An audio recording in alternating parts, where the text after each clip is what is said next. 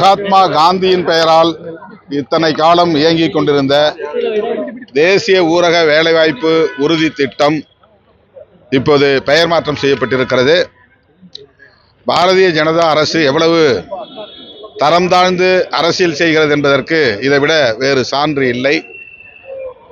மிக அற்பமான ஒரு அரசியல் இது.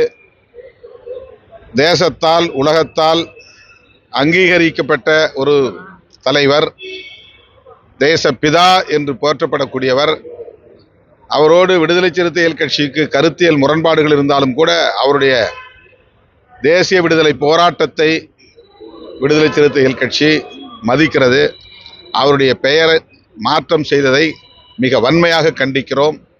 திமுக தலைமையிலான மதசார்பற்ற முற்போக்கு கூட்டணியின் சார்பில் 24ஆம் தேதி நாடு தழுவிய அளவில் ஒன்றிய வாரியாக கண்டன ஆர்ப்பாட்டங்கள் நடைபெறுகின்றன.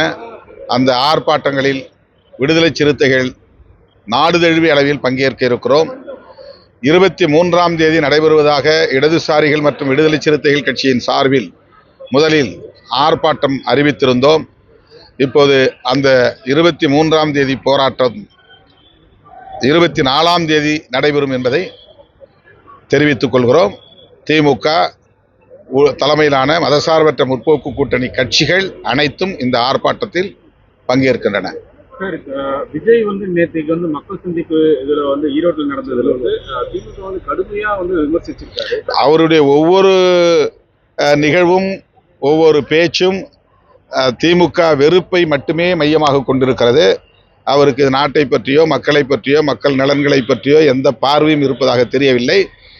அவர் திமுக வெறுப்பை மட்டுமே பரப்புவதை தன்னுடைய கடமையாக கொண்டு செயல்பட்டு வருகிறார். மக்கள் இதை கவனித்துக் கொண்டிருக்கிறார்கள். அவருக்கு என்ன விஷன், அவருடைய பார்வை என்ன, அவருடைய திட்டம் என்ன, அவருடைய நோக்கம் என்ன என்பதை மக்கள் பார்த்து கொண்டிருக்கிறார்கள். தேர்தலில் அது வெளிப்படும். திமுகவும் ஃபெவிகாலும் பிரிக்கவே முடியாது, திமுக ஊழலும் ஃபெவிகால் போல ஒட்டிகிட்டே தான் இருக்கும், பிரிக்க முடியாது அப்படின்ற மாதிரி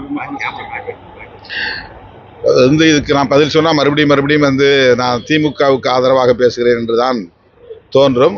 திமுக மீது இப்படிப்பட்ட குற்றச்சாட்டுகளை தொடர்ந்து சொல்லியவர்கள்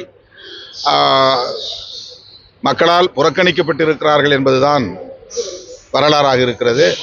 இன்றைக்கு அதையே அவர் ஜெயலலிதா அம்மையார் சொன்னதையே, ஹெச் ராஜா சொன்னதையே விஜயும் சொல்லுகிறார். இப்போ ஹெச் ராஜாவின் இன்னொரு மவுத் பீஸாகத்தான் விஜய் அவர்களின் பேச்சு வெளிப்படுகிறது.